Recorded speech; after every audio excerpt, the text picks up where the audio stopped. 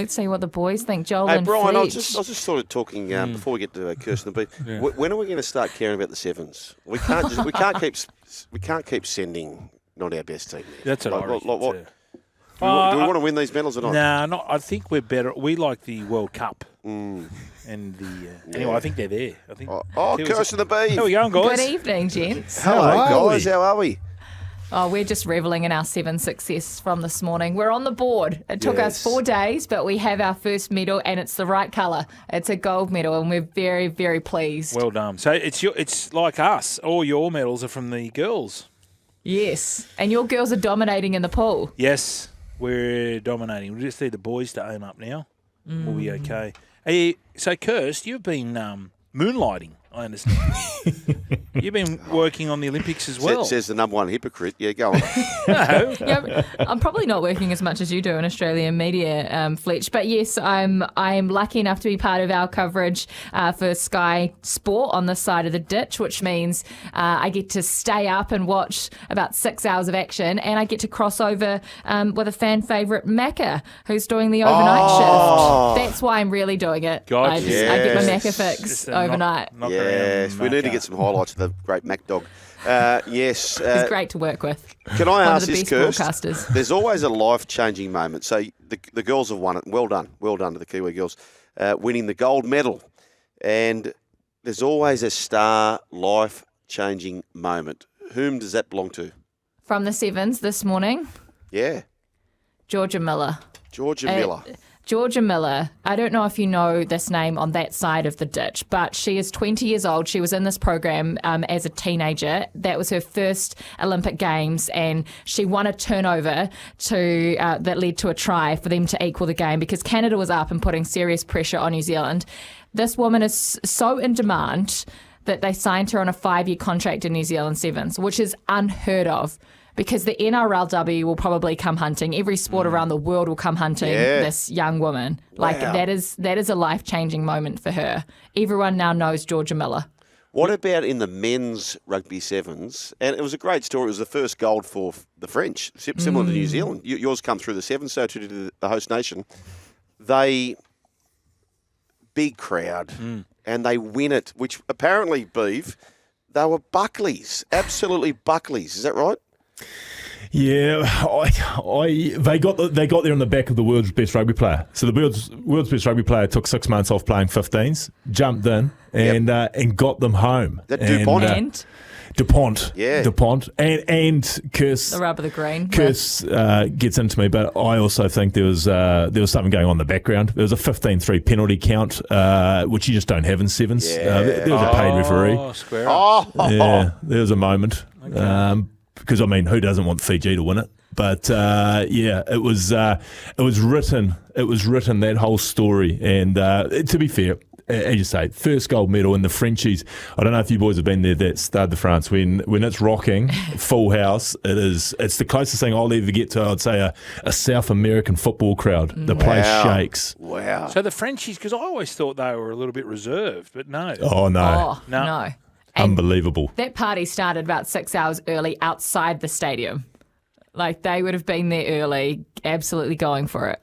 Beav, when you played the French in the 15-metre side, were they pretty dirty? Yes. I've told you the story about me, Brian. Yeah, so it's in union as well. Like the league, it was an eye gouge-a-thon. I played in Toulouse. Eyes and between your legs. And one bloke had his hand on me going, and the other bloke had his hand on me on my nostrils. Just trying to, and I didn't know what was worse. Them. Yeah. Why are they like that, Beav? Do we know? What's the history of them? I don't know. And I remember obviously hearing all the stories about the All Blacks getting it done to them in World Cups where we'd lost and we'd sort of used as an excuse. And I went to a Colts World Cup, which is under 21s, and my first game was against France. And I'm just in a ruck, and I don't know what I was doing there in the first place. And all of a sudden I felt something happening between my legs, and all of a sudden I was sort of whistling out of there, just trying to get away from this guy that was holding it. And at that age, real shock to the system. Because they're mad kickers too. Yeah, they'll just kick. They'll just kick. Yes. There's footage, and I've never seen it, but apparently there is footage. So it was a kangaroo tour, and Ian Roberts was in the front row, and Bozo was the coach.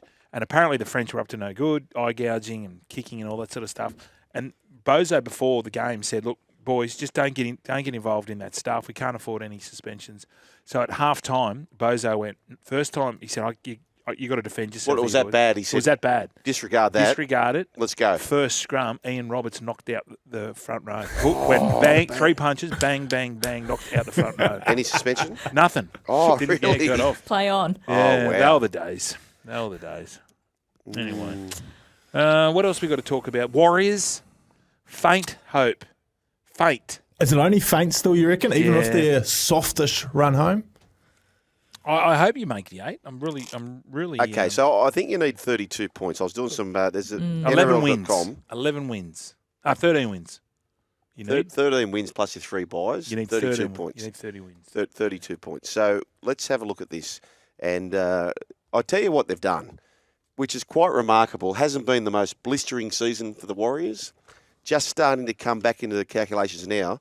But sellout after sellout. Yeah. Every game has been a sellout, which is flying. Why so? I know the success of last year. What part has the coach played in it, sort of endearing himself to the local fans? Like, why are we seeing for the first time ever in any sport where a team in New Zealand goes sellout, sellout, sellout, sellout, sellout? Well, I think a few things. Last year's goodwill goes a long way. The other thing they do brilliantly is the game day experience out at Mount Smart, the light show, the everything they have around the stadium, because it's a terrible ground to get to. Yep. It's in industrial Auckland. But the other thing, and you guys are a part of it, compared to what goes on elsewhere, the marketing of the NRL around what goes on with Fox and all the shows, that builds it.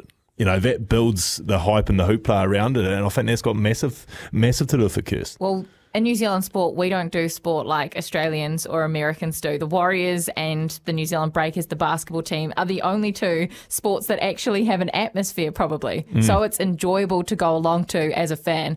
And these Warriors fans are passionate. Yes. So many of them have been season ticket holders Through the since tough years. 1995. It's just that now there's a few more. There's a few more that come around after And last cheap year. ticketing, like $10. You get along, $10. Smaller stadium Yeah. as well. Yeah. Not like the Big Eden Park. Kirstie, you a little bit upset? Yes, I am. Tamari Martin. Yeah, he can go across to the Roosters Yeah. because I don't want to just see him sitting in reserve grade. So he's too good to be sitting nowhere near this team. That smile just glistening from the bench. Okay, Yeah. so I've crunched the numbers, guys, and because they had the draw, Could come in handy. they've got a negative differential. So they've actually got to win everything from here. Yep. Can this happen? Let's go through this as a team. They're hosting Parramatta this week. I think they'll lap them. Yep. Yeah. Then they play the Dolphins at Suncorp. Ooh. Dolphins are sliding. Geez, they're sliding. Yeah, they are. But this is basically like a 4-point turnaround. They can because win it. They'll take 2 off them. Yep. They can't lose a game. They Yep. cannot lose a game. I'm saying yes.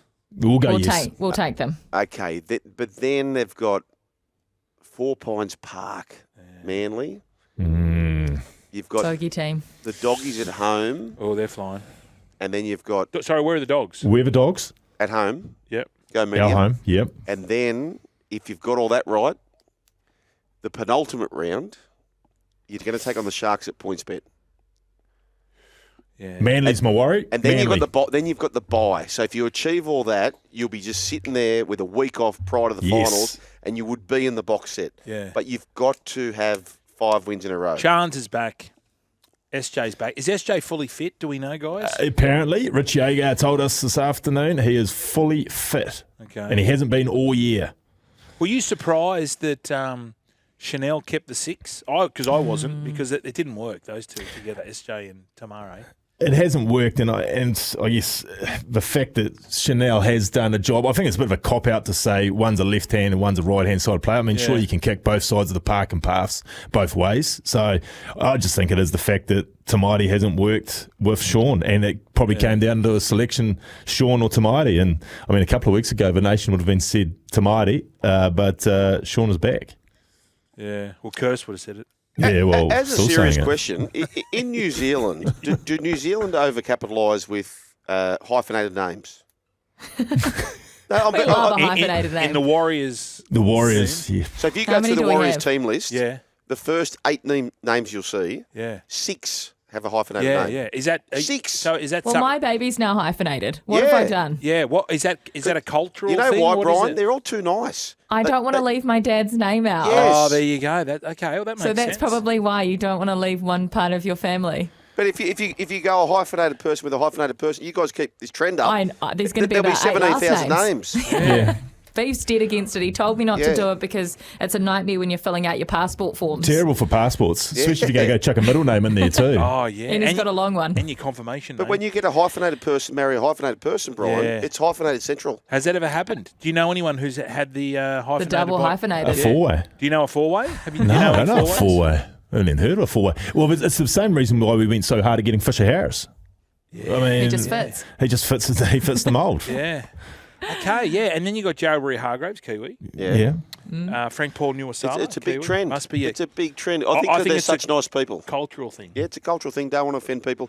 That's been fantastic. Well done, folks. You're off the mark and in magnificent style. What's your wacky team before you go? Oh, it's because volleyball's my now favourite sport. Beach or indoor? Beach and The Eiffel Tower, eh? yeah, you could call it that. And so it's anything to do with the beach. Anything to do with the beach. So we had Beach Boys. Sandy Lyle. Beach yeah. Boys, that's a good one. Yeah. Sandy Lyle, yes. Sonny's Gavaskar. Lane Beachley? Lane Beachley. Beachley. See, you're up and about today. Look at Shelley Ann Fraser Price? Oh, goodness me. You got to stop now, Kirst.